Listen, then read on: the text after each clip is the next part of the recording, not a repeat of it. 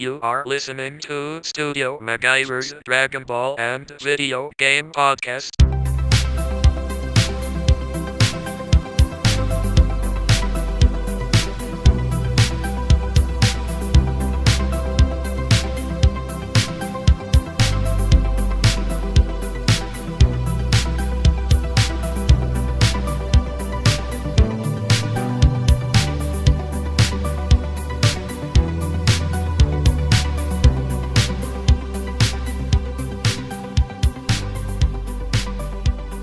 What's going on, guys? It is your boy, Studio MacGyver, and you are listening to Studio MacGyver's Dragon Ball and Video Game Podcast.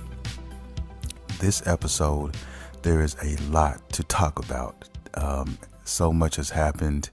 So many things are going on, and it seems like this is kind of a bi-weekly type of thing, man. You know, one week we have a lot of shit going on, then the next week, not so much, and then the following week, we hit again with lots and lots of news. So I want to start off by giving a little bit of sad news for the Dragon Ball community and family, guys. The Japanese actor, or should I say voice actress, Hiromi Toshiro has passed away. She was actually the voice of Bulma in Japan, and she passed away, was found dead in her car, and kind of sad. No, not kind of, very sad. I didn't really know too much about this actress, but she was part of the Dragon Ball community. Therefore, I'm going to give a RIP out to her and my condolences to her family and friends. So with that being said, let's get past that and let's move on to everything else that's been going on in this world of Dragon Ball and video games. And let's get into it, guys. Let's start off with the Dragon Ball Super episode 116. Oh man, it was a great episode. Goku is definitely getting the hang of this Ultra Instinct, and he is finding his way around it. He's getting better at it, and so well that it woke Jiren's ass up. So Jiren was in his meditation state, and he felt the power. He felt the Ultra Instinct getting, I guess you can say, getting stronger. He knew Goku was up to something, so it woke his ass up. I mean, kind of like a Super Saiyan alarm clock or some shit. I don't know. I mean, that's what I gathered from it. Vegeta basically remembered what Whis was trying to explain to them way back when they were training. And basically, he's trying to... I guess he's figuring out how this Ultra Instinct works, and Whis was basically saying that if you guys think too much, if you just let it happen, it will work itself out. Ultra Instinct is a form that you attain by letting your body do the thinking for you. Just letting everything go. So that's what Goku's trying to tap into, and Vegeta is basically telling himself, yo, look, I can do this shit too. And I'm not going to let Goku just surpass me like that. And I hope that is the case. I hope Vegeta does figure out a way to attain this. And, you know, there's been rumors and there's been people talking about spoilers and stuff like that. But I'm not a guy who tries to look too far into the spoilers. I like to kind of watch and find this type of stuff out for myself. And, you know, as the episodes progress. So that's just me. And, you know, I'm interested to see what's going to happen with this. I really am, guys. Hopefully, Vegeta gets it together and he figures out a way to close the gap, you know. And look, this is Vegeta we're talking about. He's not going to fall too far back before he breaks through or attains something of his own. He is definitely a powerful Saiyan in his own right, and he is definitely one of my favorite characters. So I am definitely rooting for him. So let's get that done. And basically, also in this episode, man, one of the most important things that happened was that Caulifla and Kale have been eliminated. Yes. Ultra Instinct Goku basically put the smack down so hard on those two that he eliminated them both. So the only two left are the Nameks from Universe 6, and it's up to them to keep Universe 6 alive. So it's basically safe to say these guys are pretty much done. Universe 6 is done, man. It's just only a matter of time now. So they'll probably be eliminated, and then what happens there, I don't know. But I got a strange feeling that it's about to get real ugly in here because Jiren is now awoken, and I think some shit is about to hit the fan. Basically, that's what I think. That's pretty much the episode thus far, 116. I mean, those are the key moments of the episode. The fight is over between Goku and Khalifa and Kale, so that's a wrap. We will find out what's going to happen next, I guess. Looking forward to the next episode because it looks like the androids are going to be getting into some gangster shit with Universe 2. So we're going to find out, y'all. That's Dragon Ball Super right there. Now, let's put that to the side real quick and let's move on to gaming. There's been a lot of shit going on in the gaming world, guys. Lots of shit. I'm gonna start off by talking about Dragon Ball Fighterz. Okay, there was an announcement, and technically there are 5 characters, but there is a lot of content out about 3 of them, and I'm gonna name all 5 for you guys. One of them is Kid Buu. Okay, and I think we all knew he was going to be in the game somehow, some way. He had to be in the game. He's like one of the major villains of Dragon Ball Z. So come on, we had to put him in there. We have Gotenks. Gotenks is next. Beerus fans, Hit fans, and I know there's a lot of you guys out there. Rest assured, these characters will be in the game.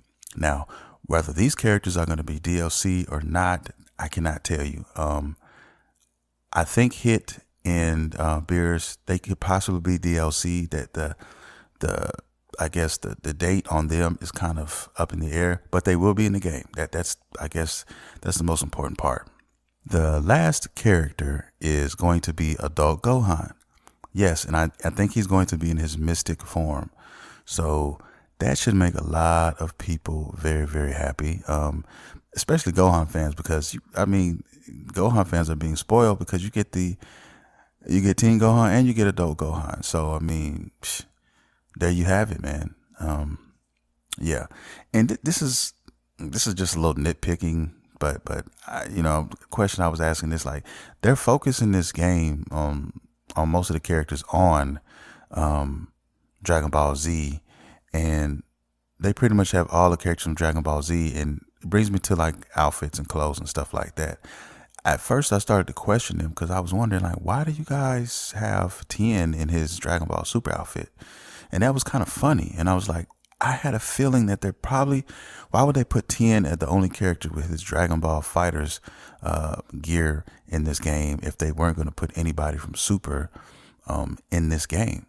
And then we get the news about Hit and then Beerus. So there you have it. So, I mean, and I don't even think we're done there. I think eventually they're going to add more characters to this game. And this is a game, guys, that is or has the potential like to be the creme de la creme of fighters. It has the potential to be up there with Street Fighter and whatnot for anime fans. You know what I mean?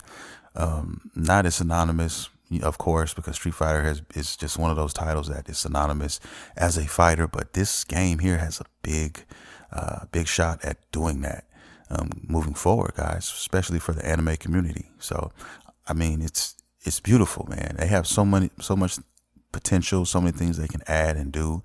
I think this game is going to be one of those games where they'll continue to support it for years after it's released to come, as far as adding new characters and content and stuff like that. So just very excited about this game, guys. You guys know, if you listen to my podcast, you know how excited I am for this title, and I cannot wait, man. I just cannot wait. But that is the news on that, on Dragon Ball Fighterz. Just most of you guys probably already know this, but if you didn't, now you know. So next, let's move on, guys. Let's get to something else. A little bit of frustration on this title, and I'm talking about Xenoverse 2. Now, Xenoverse 2 had announced a 5th DLC and a 6th DLC. coming in the future. Now, they stated that the fifth DLC was going to be coming winter. Okay. Now, winter right now, as we sit here, it is the second half of November, as I'm recording this podcast. So, it has to come very soon. I mean, I hope they don't plan on releasing it like Christmas or December or even January, which they probably could if they wanted to. But if they're smart, they won't do that, because Dragonball Fighterz comes out on the 26th of January. So you don't want to release that DLC too close to that release, because what's going to end up happening is, they're going to, when Dragonball Fighterz comes out, they're going to hit that shit like a fucking Mack truck. Okay. Everybody's going to be on that fucking game. And if you're talking about, trying to get as many people as you can play a game as possible, you kind of want to release that DLC. At least give yourself, a solid month to get new players, get new people to buy the game for this other DLC and everything like that. You want to kind of do that. But hey, man, I'm not the PR guy. I don't, make those calls or whatever. But if I'm them, I would do that. But waiting for this game to drop is very frustrating, because they announced it. They already announced the 6th DLC, and we don't even have a release date on the 5th. So it's funny to me.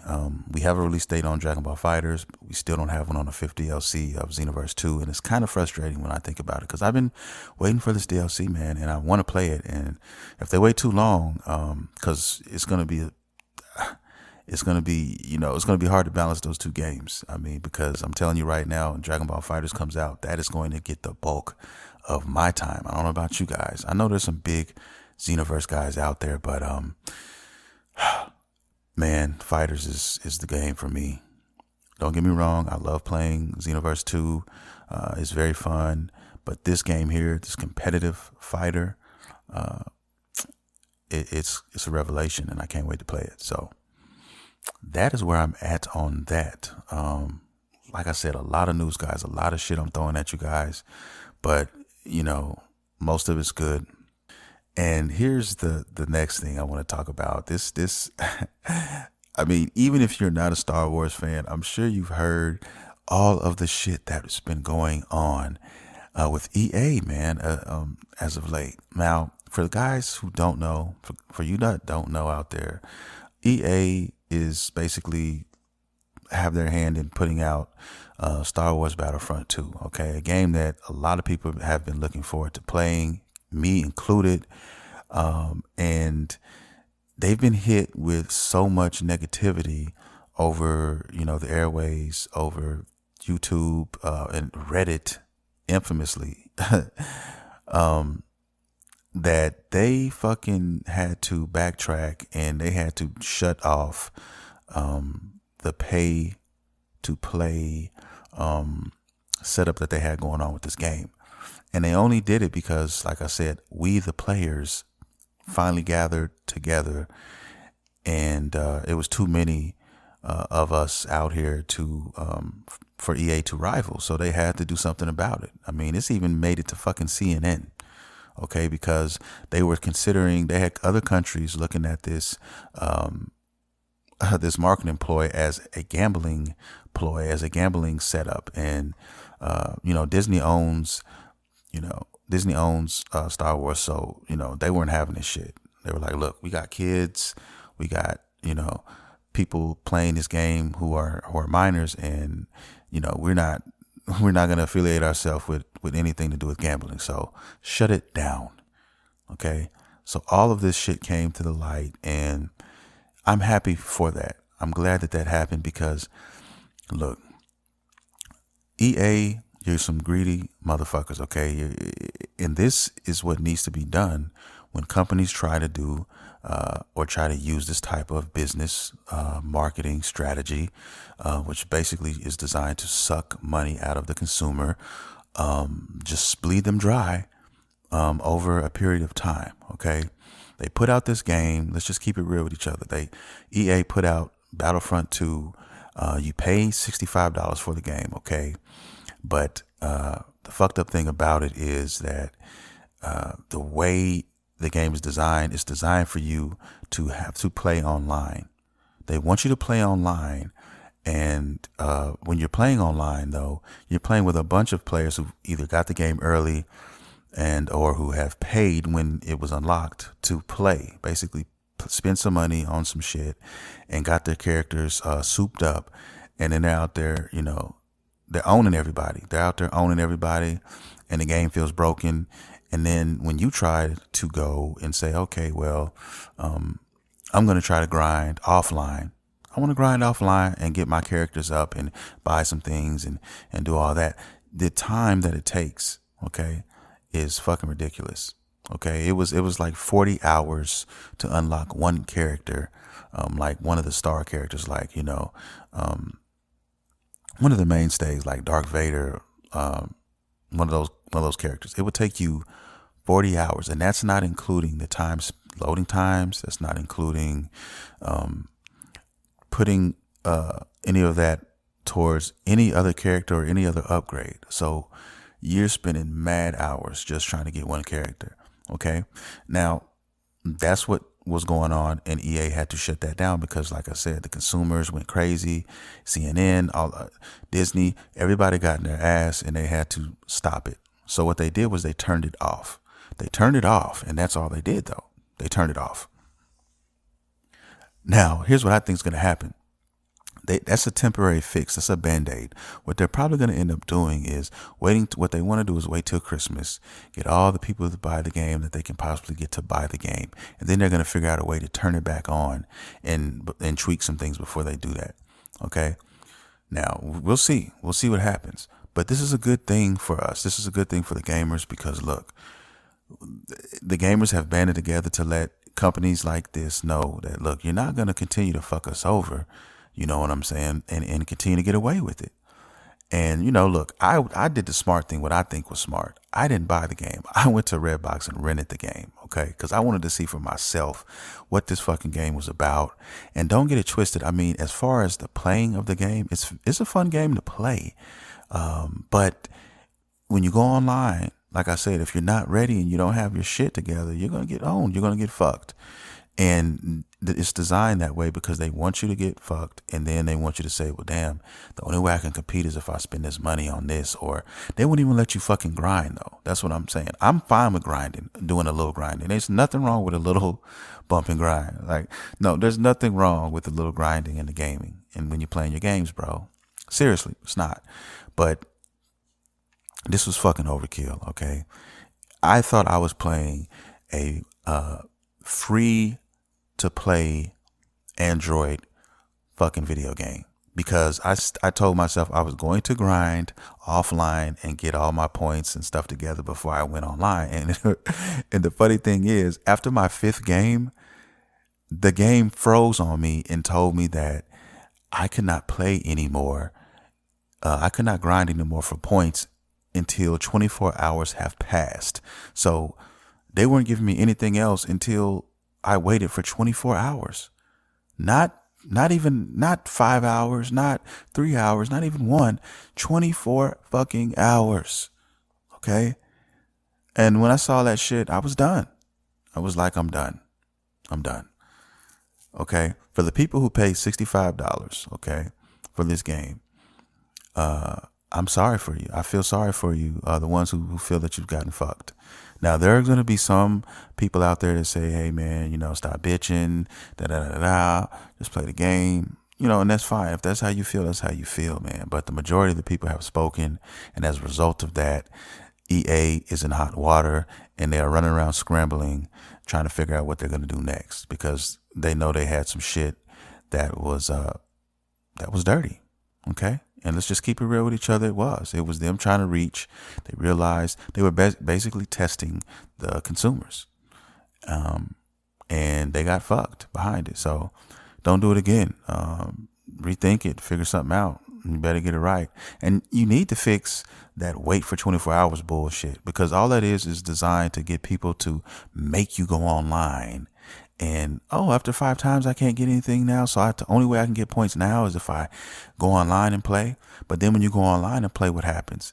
You get owned, you get fucked, you get hung out to dry. You get aired out there in those streets.